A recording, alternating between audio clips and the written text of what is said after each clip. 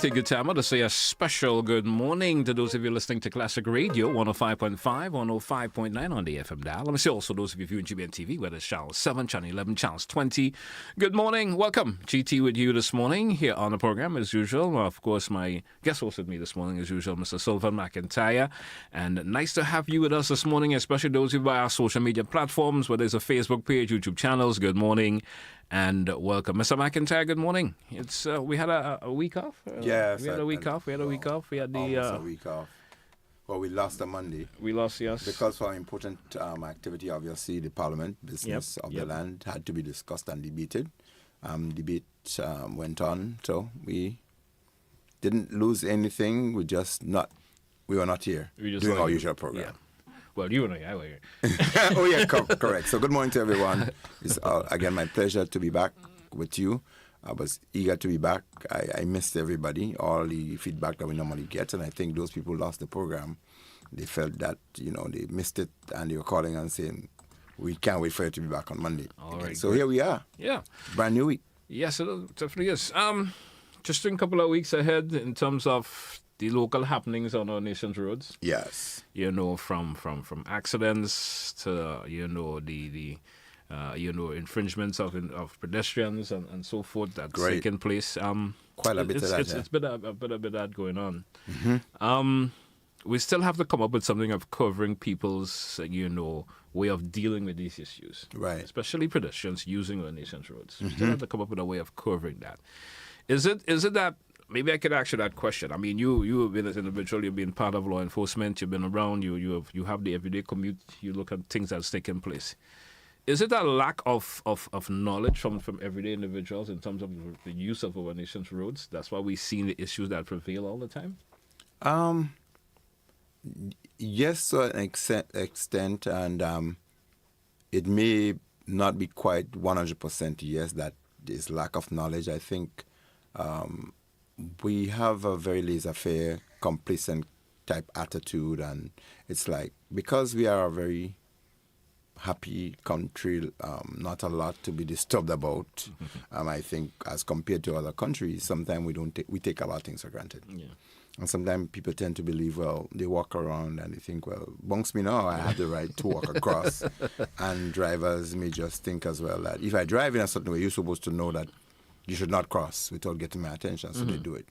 And on the other hand, I still think that we need to do much more. We need to see much more advocacy, and we need to see much more information be accessed and make more available to people so that they can understand a bit more. You said the word much more, do much more. Program like ours, we have the police coming in from time to time, not only on GBN here, they're on other radio stations, the Government Information Service, speaking about road use, how often use road.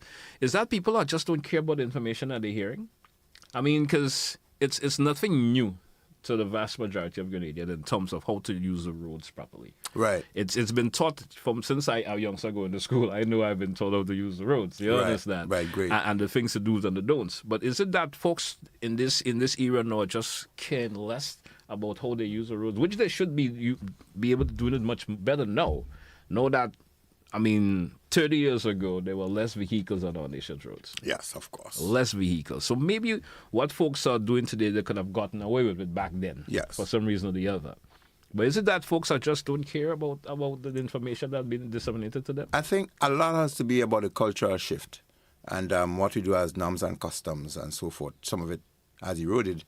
And modern day people are thinking differently, they are behaving differently, they are channeled to do things differently.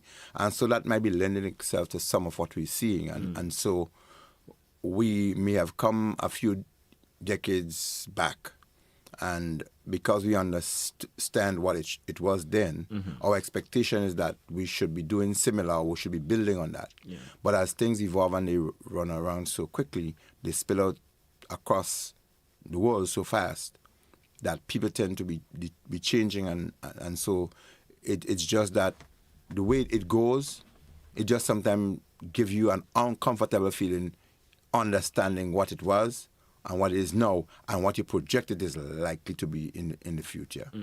Yep. All right. So, GT, we did not do our usual review, did we? No, we didn't. I was just telling you to know. Let's tap me into some of the reviews that you may have picked up. So I don't know, man. Big up. We want to really big up GBN. Yeah. You know what for, right? I don't know. You tell me. Hey, GBN topped the awards, the media awards over the last couple of days. Yes. I think you guys got something like 13, I think. 13, about 13. 14, and then Christina John. Yeah. Your very own, man. I'm so proud of her. All right. One of the brighter female in media. She's gotten 6 awards. Congratulations. And that is really, really congratulations to Christina. I mean, small, diminutive, but, still make her impact out there media-wise. And so, Christina John, I hope you're listening to us this morning. On behalf of all of us here, from this side of it, congratulations. We want to say really congratulations. And to all the other members of the team, I think you had about 4 persons from the team, the newsroom, who actually got awards. Okay, that's good. And for all those across, and I want to really commend the MWAG, it is? Yeah, MWAG. For really, hosting this event to show appreciation to those who are contributing to this process. Yeah. And our media people, the medium of information and so forth, the challenges that our medium people have, the risk that they put themselves at, to get information and to make it ready, available and accessible to people. It's a noble job. And once again, GBN, your team and individual, Christina, and those who've won awards, I want to say hats off to you, and you can only go up from there. Certainly so. Thank you. So I think that's commendation is definitely enough. In place. I feel happy forever. It's part of the family. Well, I am part of the You're part of the family. So I'm happy, very, very, very happy. But GT, there are a few things that came to my attention. I had something about the education and students and loitering in some places during contact period time when they should be in school. But I will talk about that down the road. But our premier thing later on would be talking about roadside garage. Yes, roadside garage. So people can prepare themselves for that. For that conversation coming up. Right. So but the first I want to speak about was our ability and inability to appreciate nature. So I think within that week, I went to Mount St. Catherine. Okay. I climbed Mount St. Catherine with a group of people, right? That's good. That was good. But what is disappointing about that, though, the trail between Mount Horn and the foot of the mountain itself, which is like about 900 meters above sea level, 2,756 feet. And it's disappointing that after Beryl, that trail has been properly cleared. Yeah. It's also disappointing that over the years, just about 2 decades ago, you were able to drive to the foot of Mount St. Catherine and you can climb. Now, the climb is only about maybe an hour and a half average. But it takes you about 5 hours to do it because you lose an hour and something walking the road, going through branches and trees and rocks to get to the foot of the hill. It takes an hour plus to get to that point. Okay. And then it takes you about another 2 hours to go up the mountain. So that's quite a bit, and you have to Then you have to come back, descend again. Yeah. The trail is intact from the foot of the mountain up. There are just a couple trees across, but it's okay going up the mountain itself. Some people have gone up there and they put some ropes in some of the more challenging areas to assist people in going up. And that's cool. It gives you a nice challenge and a nice climb.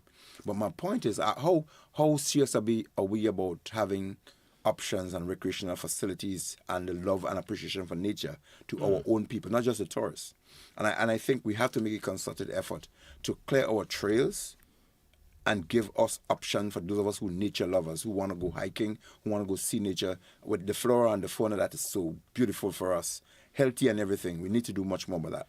So I think I want to champion a cause, and I would make an appeal for people and heavy-duty operators and the harriers and people who do hiking. Yeah. We need to come together and clear that trail. I'm sure if we ask a few of the heavy-duty operators, they would donate a few hours to bulldoze that trail. The guys with chainsaws and so forth, they will come out. Well, how does the tourism authority play into this also? I don't know. I need to find out. And forestry. Yeah. Because that's part of our natural heritage and stuff. The mountain, that is an active volcano. It has part of our history and a lot that students can go and do and research. We do have communication assets up there as well. Yeah. Yeah. We have an antenna. I know most of them after Beryl, some of the assets up there has been abandoned. Abandoned because I looked at the antenna. Yeah, the antenna is broken almost in two. Yeah, so that has been abandoned. That has been abandoned. So there's no nobody's really using for communication purposes up there anymore. Is that unfortunate or is it a loss? Well, I think it's more of a loss per se. You know, most have switched to the Kublai area and stuff. So do we need to resuscitate that, or they can the option is? I'm not sure. Well, you know the challenge in terms of getting things up there. Well, it's not so much of a challenge now. We do have air assets that can take things up there. We have helicopters and so on that can drop things. It's true. And there are a lot of fit people who can still climb the I'm mountain. sure folks may be thinking the relevance of it, because it's always been a problem from Hurricane Ivan, and we had Beryl and all the other things. There's always that issue that develop of it. So I think most of them has decided, hey, I don't think I want to bother it anymore. So they have moved to areas where. But Kublai is easier. We can drive all the way up. Exactly. Right. So they And have it's moved not, the height is not so much of a big difference between Kublai and St. Catherine. So most of the folks who have equipment up there have decided to abandon that area. Okay. Abandon that area for now. All right, but on the other end, we have the Haversack area from Victoria that goes up there, one of the climb. Yeah. And then we have one from Cloget. Then we have one from the Hot Spring side. You have another from Mount Hunt. There's a whole like a catacomb of trails that goes up like a network into St. Catherine, and I think it makes a lot of interest for climbers. You know, I was thinking, I like it in that particular. You know, folks visit the island, and especially the stayover visitors. Not usually. Let's not talk much about the folks who come via the cruise ship. You know, these stayover visitors who may decide, I'm spending a week, I'm spending 2 weeks. You know, and I want to explore Grenada, not just the regular waterfall and the lake and stuff, but the other things they would like to see. Especially those who into the natural aesthetics of things of an island. They would like to go on these things. There are some, but some are just the regulars that they visit. You understand? And I went with some people who don't live here. Yeah. I think they live in Wisconsin, and they went up there, and they besides were, that, they I were guess really, they love it. They love it. But I think even for our own people, we need to do more. You have the Golden Ponds, which is not too far, the Golden Falls, which is not too far from St. Catherine. Part of the trek, you can go up the St. Catherine trek and go over to the right and then go down into that falls, the Golden Ponds. Yeah. So I think there's a lot out there. But what I'm trying to really move is that access that there's solid road. The road surface underneath is solid with stone, the bedrock, and so that was put there before. That was really solid. So all it requires now is for some heavy-duty equipment to go up there and move and push these things off to the side. So the four-wheelers, the dirt bikes and the quad bikes and stuff like that, the safari tours, you can clear that trail and drive people right to the foot of St. Catherine. So people can come off the ship, they can come off a plane, they can be driven to that point, and they can still go to our highest mount. It feels, like I was saying to the folks I went up with, it is an achievement to come to Grenada and be able to climb its highest mountain. Yes. I would feel elated. And those who made it to the top, a few did not. Those who were able to do it, they felt a sense of achievement. And I came to Grenada, they said, we wanted some level of challenge. They got it. And they're going back with history because we've climbed the highest mountain in Grenada. Yeah. And so I think we need to be able to create that, not just for St. Catherine, but we have Mount Sinai, we have Mount Lebanon, we have Fedon's Camp.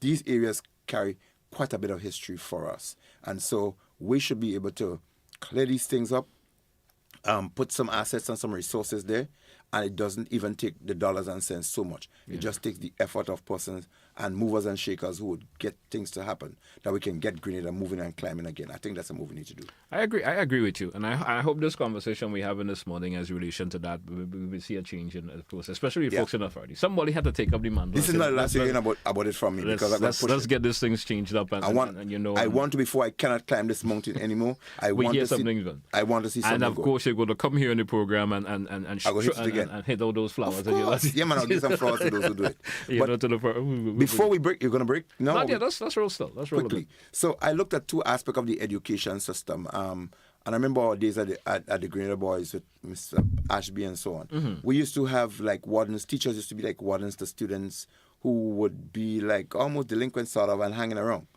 But the system now is channeled in its way that we do not channel children into wanting to get to school on time.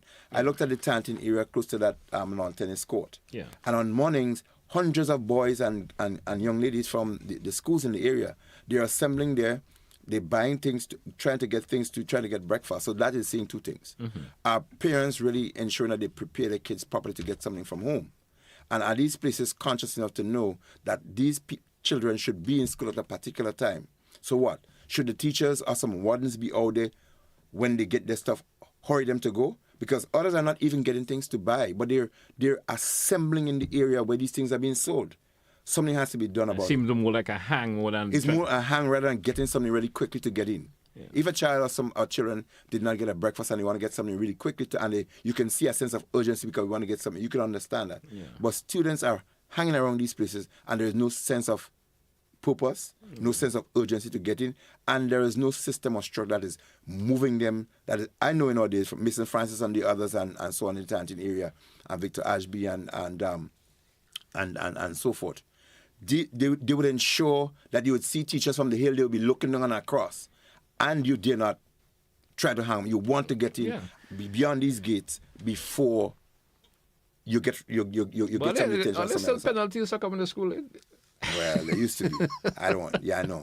There's still penalties. I know there used to be penalties. My day, there are penalties when you get to school. Even just a minute or two after the specific time, you either in for detention or something. Detention, you got to get an excuse from your parents or somebody as to whether or not you got so folks, some are getting there early, but some getting into the class. And the gates used to be closed at a particular time and you stay out. Yeah. And then you've been registered and you ushered in, and then the process of why you were late and what goes after it had to come in. So the gate process would close in at a particular time, and persons coming in after that time, they would be registered, documented, and the process goes on. Yeah. That's at one level. And then the other thing I looked at, people in the workplace. Yeah. There's something people call niggeritis. I don't call it niggeritis. I call it ethnic fatigue. Yeah. That people are channeled to sleep after they eat. After they eat. And I said we have to revisit that within the education system as well. That from our kindergarten on our tiny tots, what we do, GT, we take them to sleep immediately after they eat. Remember that? Yeah, rest time, right? Rest time. And we were having a conversation over the weekend. I was at the sport, and we were saying that, look, some people are saying, well, we just feel sleepy because we just ate. And I was saying, but that's the way they taught us. When you grew up, you were going into school. As soon as you ate, you had to go and take a rest. Take a rest. And that rest ended up in sleep. Yeah. And for those who were not taking the rest or little sleep, they were punished. Yeah. You have to come to do it. And to me, that has grown with a lot of individuals over the years. Some people, individuals become adults. Yes. And you still want it. Of that format. So your body every time you eat something, it. you feel you're going to take a rest. So we have to change that, all right? We have to change that. Is that even possible? Yeah, it probably is. I mean, when things becomes a norm, you know what happens, right? It's no longer able to change once it becomes a norm. So interesting. You want people to work and you send them off.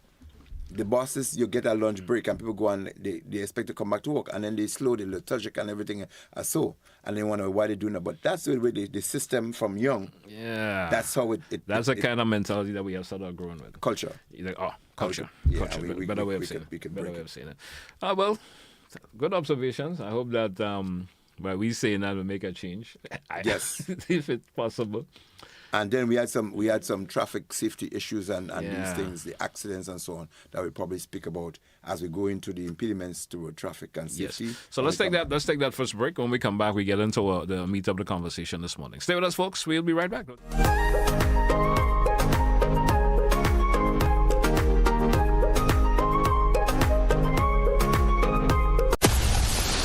Grenada is indeed beautiful and worth exploring. We firmly believe that you should be allowed to do so. Why not explore Grenada with James Services Corp Off-Road Tours? Whether you decide to explore Grenada with your family, spouse, or large group of friends, we are ready to welcome you. Our tours are guaranteed to leave you with wonderful memories of Grenada if you are visiting, and excitement if you live here. Book a tour with us now by visiting our website www.jamessvcs.com. Call 1473-442-3769 or email info@jamessvcs.com. James Services Corp Off-Road Tours. I am Dennis James Williams, owner and director of James Services Corp. Looking forward to welcoming you to the beautiful island of Union to explore with James Services Corp Off-Road Tours. See you soon. Explore our beautiful island of Grenada from an angle that is unique and off-road, but equally fun. We are 100% family-friendly tours.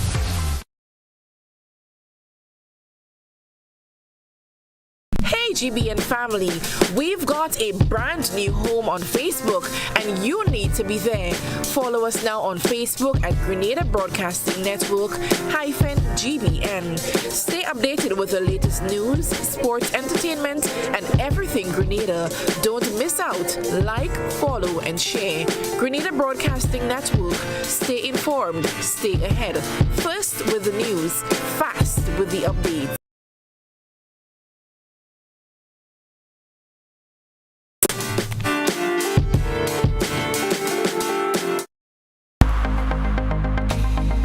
I think nutrition is an integral part of managing many of the diseases that we see manifesting here in our region. If we don't make food our medicine, medicine will eventually become our food. We're trying to focus on reading food labels because reading food labels, it's also another important factor in making sure that we as persons choose healthier food options. Join us on Caribbean Medical TV right here on this station.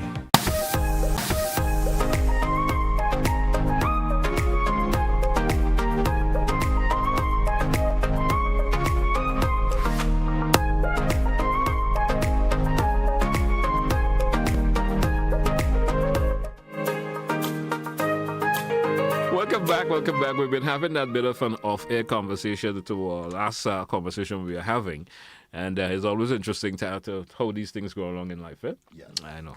Spills from the workplace into the family, into society, and everything else. That's the background conversation we're having, how people and society and things roll into cultural norms and changes and so on, what you do in your family setting, how it affects the education and how it affects the job place, etc. I mean, it's kind of a useful thing. We may probably have somebody. Yeah, one of these days is probably one of those conversations we're probably going to have. Yes. For a wee bit and get that public feedback on it also. Because, there are a lot of individuals out there who are listening to us this morning are probably thinking along the same lines. Yes, they are. Thinking along the same lines and just maybe never had the opportunity to express themselves in a manner of that way. Or someone never brought up the conversation to. Sometimes it's a conversation that folks don't put a lot of, emphasis into. And that's what I think that's sort of the interest in the GBN product, the program that we do. It generates the interest, the issue, the discussion, and so people can expand on it. It raises the awareness, because even our road safety program, people say, I feel so much more empowered in some way to be more safe on the road. Yeah. And others say, I am so conscious now of more things on the road. I look out for some of the things that you guys mentioned, and it increases my awareness. And so people become more alert. And eventually, we end up having a safer society because people become more aware of what they should do and what others are not doing. And it's true you say that. Sometimes by constantly speaking certain things used to individuals, it sometimes comes to the forefront of their mind. Yes. And so you bring the tendency of always want to practice it because I'm constantly hearing about it. And we doing this on a Monday, create that level of consciousness in individuals, especially road users. And they always have them thinking. So while they're driving along and they're listening, maybe that hesitancy that they may have had before, they re-alert themselves, hey, I should be paying attention as I drive. This is the do's and this is the don'ts. You remember we had these programs talking about the road signs and maintaining of those road signs. Yes. When we started with it, where there were some signs hidden behind bushes, some were facing the wrong direction, some were not well maintained, the mold and everything were on them. And I think GBN did a program highlighting some of the signs and directions in some places, and that in itself was a buzz. People reacted. You start looking at the signs, and they looked at it, and you look at the signs and realize, but wait, this isn't given the right sense of direction, it isn't given the right message either. And I look at that sign, it isn't really maintained. And even we had those, remember we speak about the berthing and with the vessels and stuff like that? Yes. Some of those signs, GBN brought it up I think it was last week. Yeah, but I think someone was damaging them for some reason. Either they were vandalized or the wind or nature broke them. Yeah. But they both look as a vandalization to me. So as you mentioned the signs, one of the things we want to see, we mentioned on the ships that are berthing in some way along the carnage, those vessels, those fishing trawlers, etc. Yeah. And we're seeing that some of them are kind of creating obstruction to people, the pedestrians who are walking, and people trip over them. The ropes and stuff. But what my suggestion is, and I looked at it a couple of days ago, in that we speak about it, sometimes there's a little action on it, and there are others who listen and they take steps. I think we should go a few steps further and put some signs up in that area saying no boating across the walkway. Yeah. or do not tie your boat, if people don't understand boating and so on, do not tie your boats and so on across the walkway. Just tie them on the edge. And so if those signs are stuck up along the carnage where these boats have been, people will see them right in their face and they'll think, oh, shucks, maybe I should not do it. And I'm sure that's going to minimize, and eventually it could be enforced.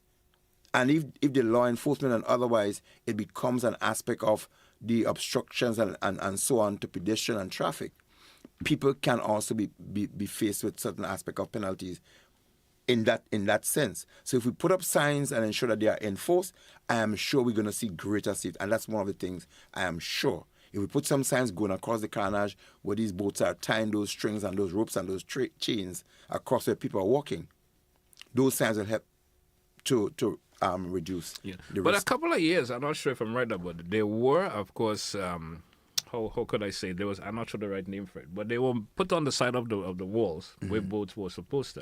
Right. But I guess they have disintegrated over the years. They had some signs up saying no boating? Not the signs, but there were areas where boats Some anchors? anchors where boats could have tied the boats. Right. They were on the edge of the walls. Right. Before. Okay. I guess over the years they may have disintegrated. So someone should put them back. But they should have been. I guess nothing was done with it again. So Right. no, the boat owners now have to find new ways of tying their boats. Right. You understand? So it comes to coming across the wall and over to the road. And So stuff let like them know that McIntyre and GT will be in their face on the programs every time, All right. reminding them that they should do that. Let's get into a meat of our conversation this morning. We want to spend some time talking about roadside garages. Yes. And Folks who are parking. parking indiscriminately and impeding the traffic and so forth. It's becoming a problem, Mr. McIntyre. It is a problem. A serious problem. Yes.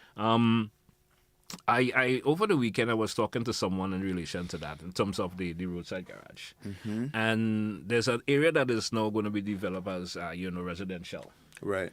and a gentleman has now put his garage where the folks who maybe have bought the lands and stuff, and his garage now is in the road, if you could say, Right. and they're trying to develop the road, Okay. and he's hesitant to move. You understand? They wouldn't be able to go around him or anything, and he seemed to be not paying no attention to it. I'm not sure if it's the right thing to say right now, but he's been saying that he's been given permission by political elements Right. to have his garage there. And that's one aspect we should keep outside You of, understand? of what the we law should want to be. stay out of that, but he's saying he's been given permission by political directives Yes. to have his garage, so he doesn't want to move for that reason. Right. But no, folks want the access to those lands and so forth, and the garage is there. Right. It is becoming a problem. So, roadside garage. Your take on these issues, what is going on? I can tell you, man, people, they tend to make law enforcement a hard task by some of these things. And because we are so reactive in our society, that it makes life more difficult, and it make enforcing the law an uphill task, greater than it's supposed to be, really. And when actions become a norm, and norm become customs and culture, because it is not right as well, over time it appears to be right and acceptable at the expense of those who are inconvenienced. Yeah. And those who are, the people who are more law-abiding citizens are those who get these emotional distresses and so forth, because you don't want to be saying the wrong thing, you don't want to be doing the wrong thing. You want to be holding yourself in a particular way, and because you're holding what you should say and express, it becomes a pressure, and sometimes you get depressed over the entire situation. I understand. So it is a really serious thing that is happening, and I remember a couple of years ago, law enforcement intended to have taken some strong steps to crack down on roadside garages and double parking. And as I mentioned, reactive and situational, we had the World Cup, I think it was in 2007, and then we had bigger events and so on in Grenada. We have other cricket matches and big football matches where it is a requirement by international standards to do certain things. Yeah. We moved to clean up roadsides, we put up road signs and everything, and when that is over, we go back to what we were doing before. And we must move to the point where we have to be more civic in our actions, we have to be more civil in our actions, and we have to be more community in what we do. And we have to think about ourselves, or just about us. When we start thinking about us, if we are thinking about how we feel about about things, we are happy and get comfortable about that's what will make us unique and will attract tourists. So if we are always thinking about we're going to try to do it for those who are coming here, we'll always have to be playing catch up, and we always have to be seasonal. But if we take the effort continuously to ensure, well, look, these people who are living in Jumbie or other places and so on, where you have at least one full strip of the road where vehicles are parked. Yeah. And there's a tent that takes up 2/3 of the road. And that is something that somebody reported and told me about. They said, I went into that area and we had to drive all the way up on one side to turn. And if one vehicle is coming down, one has to back up. One have to reverse. So that you can come through. There is really no way. And the reason for that is not that people who are living there who are just parking there, but there are people who are walking on the street and they're occupying the street as a holding area for vehicles on the repairs. That is totally unacceptable. It is against the law technically because it provides an obstruction. It impedes the free flow of traffic, and it's an impediment to ward road safety. We mentioned that before. When things happen that pushes people to behave in a certain way and they can't get recourse, they cannot get satisfaction for it, they tend to want to take things into their hands, or they tend to behave unseemingly in some cases that drives somebody up a wall that makes somebody else want to be within a particular, because it is disgusting. It is an inconvenience and it is unsafe. In a lot of areas across Grenada, the fire truck cannot move as freely as it should. We have more vehicles on our islands, and everybody in most households, everybody in the household want to have a vehicle. Yeah, five of us live home. Everybody want one. And as soon as you finish college, you get a driver's license, and the next thing you want is a vehicle. It's a vehicle. You want to build a house just as well, and you want to have a couple of vehicles, and you'd never think about where you should park. And everybody wants to eat a food. They want to build something. They want to repair a vehicle, and they never thought that if I can take myself off the main road, but I do good work, people will find me. So you find that the average person who wants to do mechanic is either where they live or where they think it's easier for people to access them at the expense of others. Yeah. It is something that has grown. It is almost endemic. We need to be able to deal with it, to correct it, or else conditions will continue to become worse. What happened with that? As I said, these actions becomes norm, they become customs, and then they become cultured. Yeah.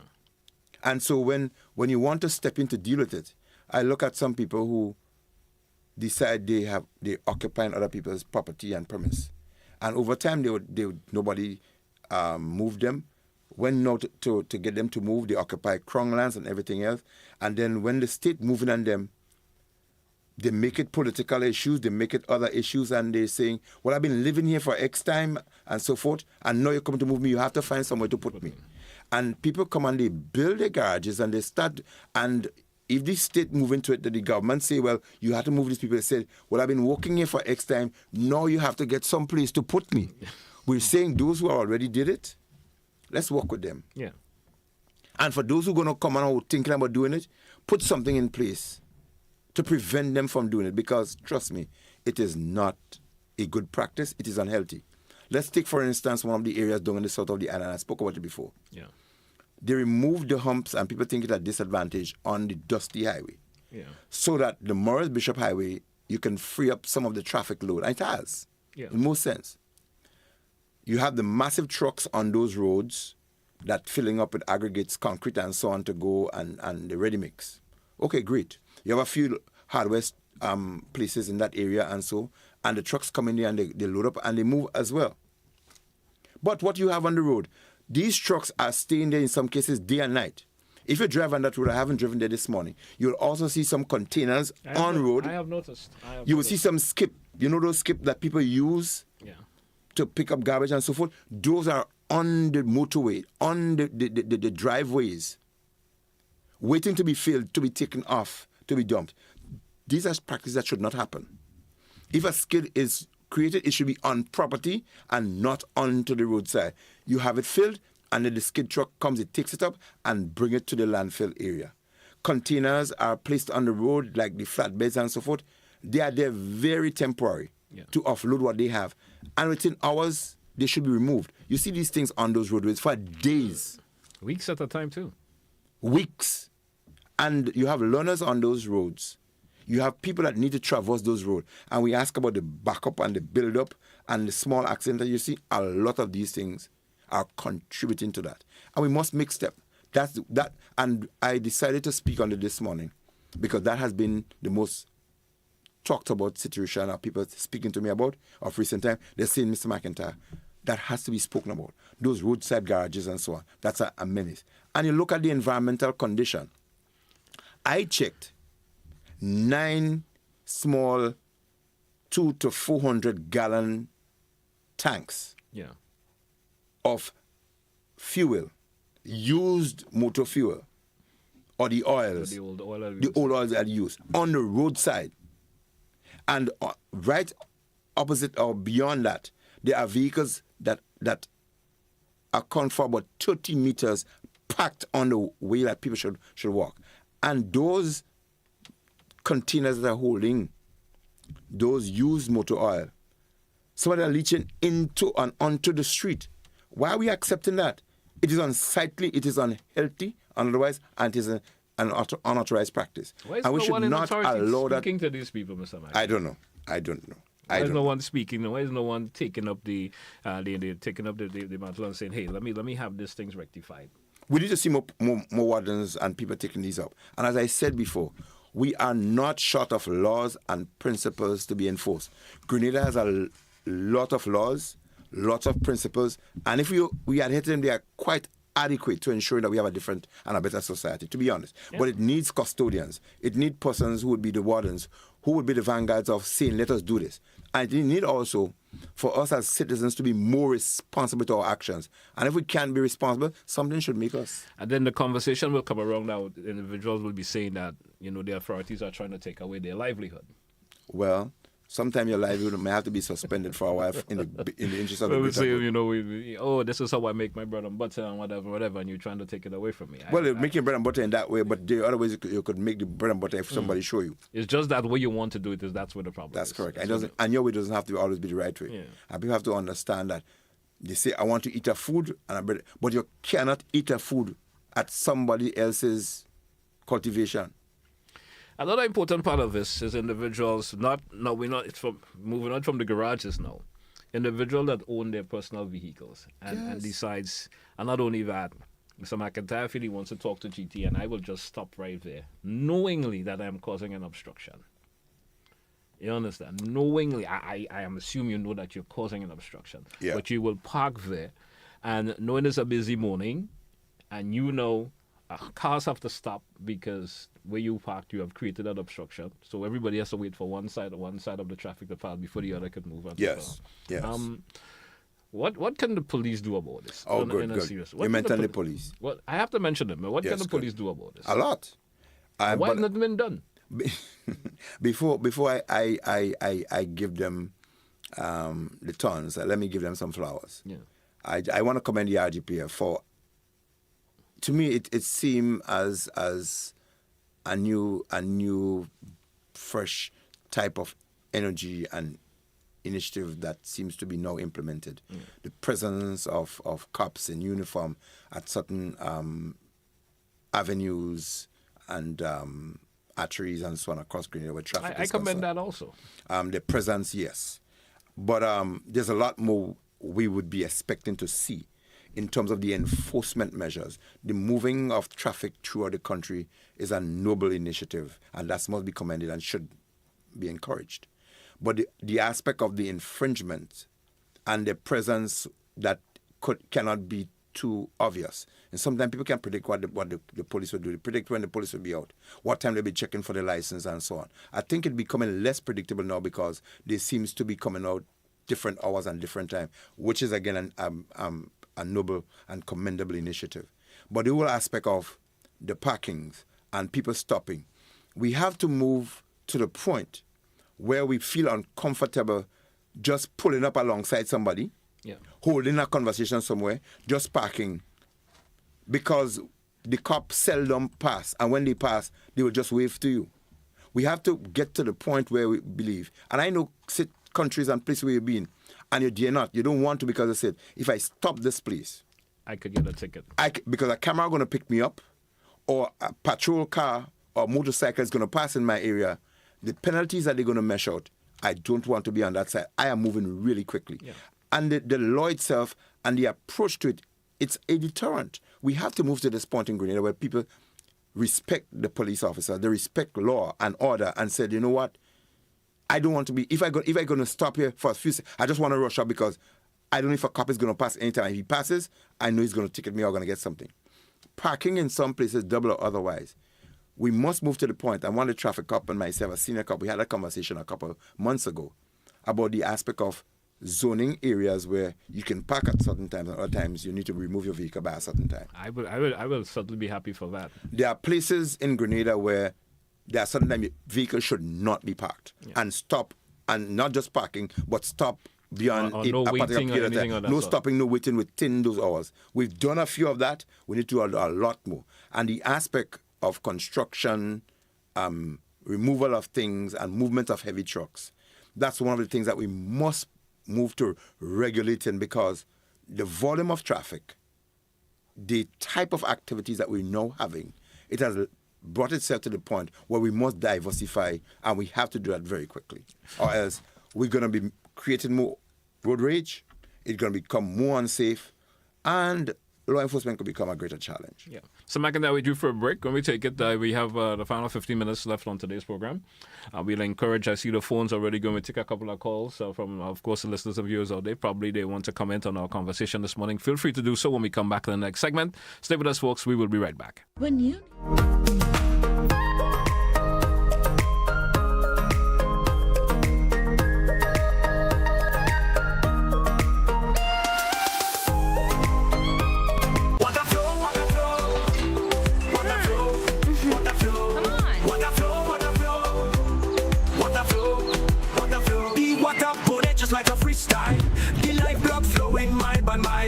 Legacy, a beat that don't stop like Bob Marley said. One love on top. BCUH water out of sight, but it's always wrong. Don't lose the light. From factories and wells so deep, cut off mangroves and fish they weep. Green water for the garden, keep it green. Save the cash and the earth gets clean. We use the water with a mindful mind. It's out of sight but never far behind. In nature, the answers always flow. Like water running pure, the cycle grows. It renews itself, same drop, same beat. It's all good, man, you got the heat. Water flow. No clean water, no pipes they grow. Protect our water, protect our future. Time to go. Tracksuit, water bottle, sneakers. It's time. Let's get ready to join us on the road this year for Quad Bank's annual Pump It Up Family Fun Walk. Tell your family and friends, and let's get moving towards a healthier lifestyle. Carry a coup. Come out in your numbers on Sunday, April 6th from 4 p.m. as we pump it up from Alexis Food Store's car park to the Hillsborough Tennis Court. On Sunday, May 4th, the action is on the mainland. We're hitting the road at 4 p.m. from Monrouge Playing Field to the Kirani James Athletic Stadium. Registration ends on May 2nd or while stocks last. So get your packages today.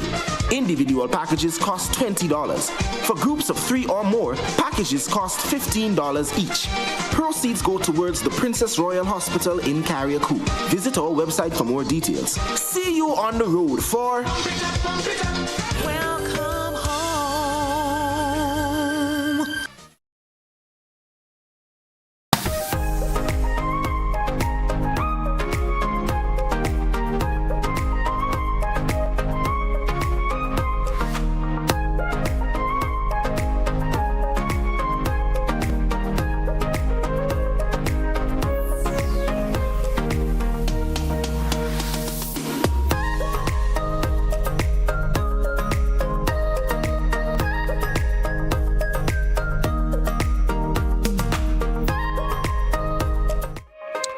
welcome back, listeners. Welcome back, viewers, once again to The Point here on Classic Radio. It's Monday, the 17th day of March. Mr. McIntyre, welcome back.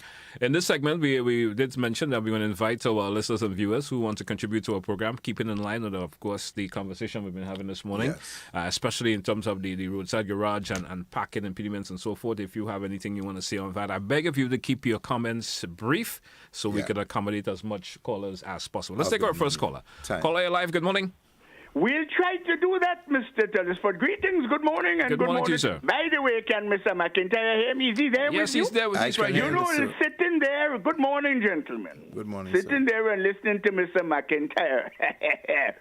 I have to, I concluded a pretty long time ago, but a typical example of what a failed state is, Mr. McIntyre. You are probably too compromised to say that. I can understand that, but let me say, Grenada has reached to the point of a failed state. And when we had the sleaze and the malfeasance and you call it, I don't know, the wabbing behavior that getting on in the parliament of this country, we see where we live in, Mr. McIntyre. I shall go beyond. We, and I fully agree, we have to correct this, Mr. McIntyre, because the country is going down the P-trap. How do we do it? A Constituent Assembly does it, Mr. McIntyre. I urge you to study the theory of the Constituent Assembly and join me in calling upon the people of Grenada to get the state, the government, who has a majority in the parliament, to establish a resolution calling for a referendum, to ask the people of this country whether or not we want to continue to live as we are, and we're positively confident that we're heading down the tube, or we want to write a constitution for ourselves which would set the stage for proper organized and a future in consensus with a bond amongst us. We have never had the opportunity to identify who we are and what we want for the future. This pituitary pamphlet of an imperial order, which was by the Queen's most excellent majesty, which was imposed upon us, has done its time. It's not fitting today. Let's call for, join me, Mr. McIntyre. I do agree with everything that you say, but to change it, we have to mobilize the people. Only a people can save the people. I'll say no more because I want others to talk to. For what it's worth, have a nice day, will you, sir? Thank you, sir. Have a good morning. Thank you very much, sir. We do have another caller. Caller, you're live. Good morning via WhatsApp. Hello. Hi, good morning. Good morning to you, sir. Go right ahead, please. This is a problem that rising up. Is a very good program this morning.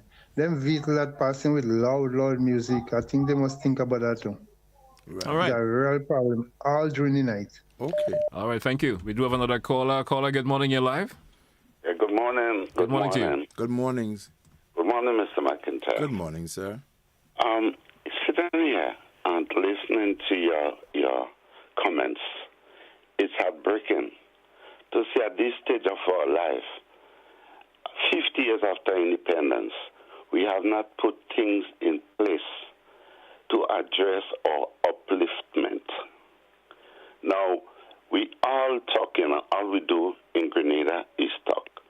We have not had a proper land use policy. We have not had a mapping of the country to say, well, okay, this area is set aside for commerce. This area is set aside for agriculture or for housing. You have people doing commerce in housing in residential area. You have people doing all sorts of crazy things. Commercial vehicles not supposed to be parking on the street. One. Number two, garages and the like supposed to be in specific areas where they're not going to become a nuisance to the public. Two. Now, something is happening right now in my community. I live in a residential area. And we're setting up three major plants for asphalt, for concrete batching, and a quarry in a residential area. Now, I want you to comment on it and tell me if you think this is right. There's a lot more I could speak about. For now, I'm going to stop. Have a nice day, sir. Thank you, caller. Thank you so much. You want to respond to the caller before we take another? No, let's just take the callers here. Take another caller. Caller via WhatsApp. Good morning, you're live. Good morning. Good morning. I beg of you to be brief, please. Yeah, very brief. I'm just calling to say, since last week Monday, I'm not getting K105 in the grocery area. I'm just calling to make a little. I would like for you to look into it for me, please, because I'm calling you, but I'm not getting through it. Only when I'm calling straight, I'm not getting through. But no, as a program, I decided to call and say that. Maybe Okay, great. So we'll have the folks, the technical folks, look at it. Thanks for the observation. All right, thank you. Let's go to another caller. Guess we lost that caller there. 435-2041. 435-2041. That's the number. Let's take another caller via the WhatsApp. WhatsApp caller, you're live. Good morning. Yes, good morning. Good morning. I would like to find out what is going to be done about the port area with all these vehicle parks, and you're having problem backup traffic. You can't get to move sometimes because all the traffic back up there. That's my first question. The other question, there is an area on Monroe Stretch where just before you turn into Umbrellas, there is an area there that's full of containers, just stacked one on top of the other. If ever there's a storm, a real good storm wind, and these containers start flying all about the place, what happened? To me, that's a very bad and unsafe area, bad security. What is being done about that? Do you know about the containers stacking on Monroe Stretch? Yes, I'm aware. Yes, we are aware of it. Yeah, we have to take notice, yes. Okay, what is being done about it? Is it going to continue that way? Well, we really can't comment on the container, but it's not intended to be a permanent thing. There's some aspects of development that will take place, and those are used as temporary storage. And obviously, the risk aspect of it and the hazard aspect of it, the state mechanism has looked into it, and they're looking into it. But it's your concern is noted, and I think for your comfort, when you do have such things of gales of wind or wind force that can move a container, it takes a sizable amount of force. In most cases, we are pre-warned of it. So, but that is expected to be a very temporary measure, and your concern is really noted. All right. Let's entertain another caller. Caller, you're live. Good morning. GT morning. Good morning. Begging you to be brief, please. How are you? Doing great. Yeah, Mr. McIntyre, I want to tell him this about the speeding of the vehicles. Because speeding is what caused all the accidents and the death and overtaking. Take their time and drive slowly, you're going to reach where you're going on time. But if you're speeding, you'll never reach because you're trying to go too fast. And I find they must do enough with the speeding thing that keep it away from the accident that causing the death in Grenada and other parts of the world. Thank you. Thank you, ma'am. We do have another caller. Caller via WhatsApp. Good morning, you're live. GT. Good morning. Morning, GT. I'll tell you something. I think we need to reset. When I say that, there is an act that governs the entire thing about roadside garages. If you leave your WhatsApp, I will send it for you. So if in a follow-up program, you could actually see what I'm talking about. There's a schedule. To do that, a person is supposed to apply. There's an application form. You have to apply to the board. So the act is set up to really streamline and make sure that it is done properly. The board consists of the chief technical officer in works, the chief of police, a senior police officer of the traffic branch, a member of the tourist board, a member of the taxi drivers association, and a member of the owners and drivers of commercial buses association. This is who make up the board according to the law. However, that is not done. And in addition to that, no, you have you have people just doing things helter-skelter as they like, causing some serious problem. Now the police has the law on their side to really go about and demolish, because one, if you did not follow the application process, it is illegal. So that's when now the Planning and Development Authority can also come in and help to manage this program. But it is not happening. As I said, send me. I will share a copy of the act with you, so you will have a better understanding and appreciation as to what happens. But the law is there, the act is there. Even like when vehicles are tagged for removal, derelict vehicles, some of them are still there. Yes. So it's a joke. All right. Thank you for shedding some light on that. Thank you so much. That was a concern many years ago, that the board wasn't established. That was one of the concerns. Yes. And so the law enforcement were left with their hands tied to enforce certain things. And 10 years later, I'm hearing the same thing, that has not happened. So he's actually on point. The regulation, the act is very specific. And so one of the limitations to enforcing is that the formation. So you think a board should take more than 10 years to form? I know for sure that conversation was raised over 10 years ago. Okay. And that was one of the things, the formation of the inability to have a board to be effective to action these things. All right, great. We do have another caller. Caller via WhatsApp. Good morning. You're live, sir. Good morning. Good morning to you. Good morning. I just wanted to ask Alex Pride, what is it that we use in Grenada? A highway code? How does that highway code relate to the whole question of persons crossing a pedestrian crossing? Because as I understand it, I'm hearing that you have to have eye contact with the driver. I thought it was the other way around. When the driver sees you standing on a pedestrian crossing, he or she is supposed to stop. Could Mr. McIntyre clarify? All right. Thank you, sir. Thank you so much. Thank you for your contribution this morning. You want to clarify that, Mr. McIntyre? It goes both ways. Apart from what the highway establishes, it is also a safety measures that ask that it goes both ways. The driver has a responsibility for the pedestrian fundamentally. And the pedestrian is not implied in the code as a law or as an infringement for a pedestrian not to make. It's a safety measure, but it is a requirement for the driver to ensure he makes contact with pedestrians. Okay. Mr. McIntyre, we got to that stage of the morning when we're going to have to take a wrap for today's program. Of course, it's been interesting. Anything in closing before we take a wrap this morning? Yes, I just want to remind that apart from the traffic and the road safety issues that we spoke about, the impediment, the roadside garages and all the other conversations, some things in the education system that we think need culturally we can change. I just want to remind people that we are in the dry season. It's peaking and there are some risks that come with it, and I'm asking people with fire and other things to be mindful that there is a requirement, permission to set fires, and apart from the permission, if you do indiscriminately or otherwise, there are penalties that you can face. And the issue of water conservation and the use of it is two factors that people should be mindful of. We're coming to the point where there are some of our major sporting activities that have been undertaken. Yeah. And I've been part of the medical response teams at some of the events, and most of the challenges happen to be, like we've seen in the past, athletes are not well prepared, they're not trained, prepared in their training processes to come through, and they're not properly hydrated.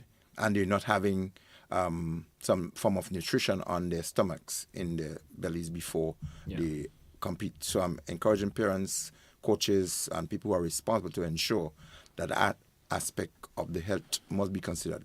Proper hydration, and ensure that things are being encouraged to be ingested nutritiously before athletes compete. And remember, safety is for everybody. So true. I want to thank you once again, Mr. McIntyre. Of course, we made up for last week a whole lot. This week. That's a lot today. That was a lot today. I want to thank our listeners and viewers for being with us this morning. We appreciate your calls, and those of you who sat at home and listened and probably absorbed a whole lot in terms of what we disseminated this morning.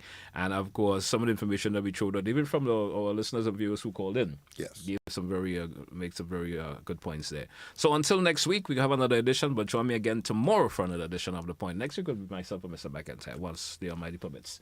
But tomorrow I'll be back with you for another edition. I want to thank the folks of Glen for, of course, quenching our thirst here on the program. Thanks again, folks. That's where we say goodbye.